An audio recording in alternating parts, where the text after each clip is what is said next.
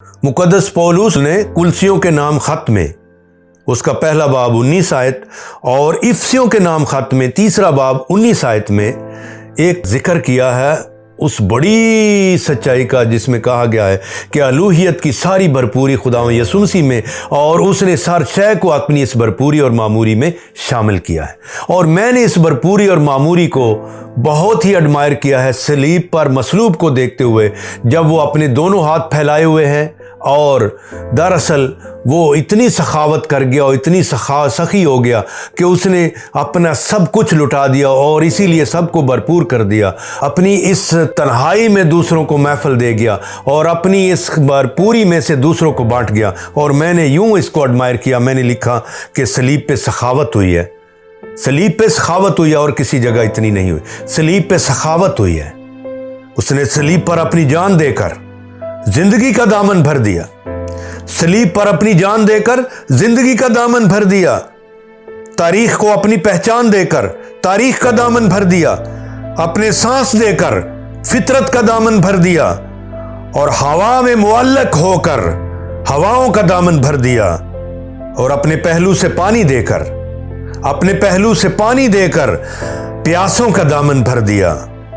उसने पहलू में से पानी देकर पानियों का दामन भर दिया, खुद उसमें दफन होकर धरती का दामन भर दिया और सलीब पर से मुआफी देकर गुनाहगारों का दामन भर दिया, सलीब पर से मुआफी देकर गुनाहगारों का दामन भर दिया, सलीब पर से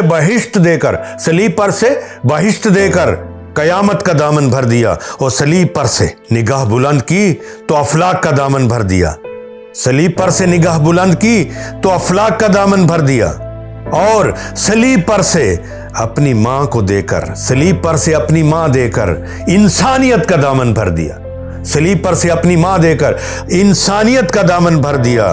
देखिए सखी की सखावत देखने वाली है, देखिए और सखी की इबादत देखने वाली है।